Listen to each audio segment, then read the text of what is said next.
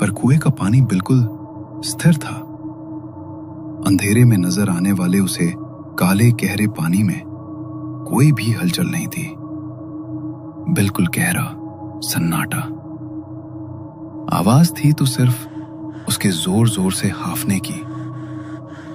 थक कर वो वही कुएं के पास एक पत्थर पर बैठ गया। तभी उसके कानों पर तेज कदमों की आवाज पड़ी। हाँफते हुए उसने आवाज की दिशा में देखा, पर वो आवाज एक दिशा से नहीं आ रही थी। कभी दाईं तरफ से तो कभी बाईं तरफ से। उसका तो गला ही सूख गया। कुछ समझ पाता तभी कुएं के गहरे पानी में किसी के गिरने की आवाज ने उसके रोंगटे खड़े कर दिए। झट से पानी के भीतर रोशनी डालकर देखा, लेकिन पानी तो बिल्कुल शांत था। पानी तो बिल्कुल शांत है, तो भीतर गिरने की वो आवाज, अजीब बात है। क्या घर मुड़ा ही था? पर कुछ समझने से पहले ही किसने उसे कुएं के भीतर धक्का देकर गिरा दिया। अगले दिन साहूकार अपने घर के आंगन में बड़े से पेड़ की छांव तले खटिए पर बैठा चिलम फूंक रहा था।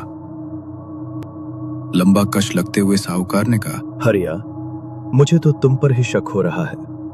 कहीं शराब पीकर तुम पहरेदारी करने नहीं गए थे? उस पर सामने हाथ जोड़कर खड़े पहरेदार हरिया ने कहा, माफ करे सरकार, 2 महीने से मैंने शराब को हाथ तक नहीं लगाया। उस बगीचे की चौकीदारी मुझसे ना हो पाएगी। कल रात मेरी जान बाल बाल बची है। जिंदगी बार बार दूसरा मौका नहीं देती। इतना कहकर हरिया चला गया। साहूकार का गुस्सा 7वें आसमान पर था। तभी पानी का लोटा हाथ में लेकर आती पत्नी की तरफ देखकर साहूकार ने कहा, देखा, ये हरिया भी काम छोड़कर चला गया। इन चोरों ने नाक में दम कर रखा है। सर के ऊपर से घूंघट ठीक करते हुए पत्नी ने कहा, कभी तो मेरी बात सुना कीजिए। तुम्हारी बकवास पहले भी सुन चुका हूँ। तांत्रिक को बुलाओ, पंडित को बुलाओ, बाग में शांति करवाओ, यही ना? अगर कोई चोर होता तो उस हरिया ने एक बार तो देखा होता। उसे किसने कुएं में गिराया? पता नहीं।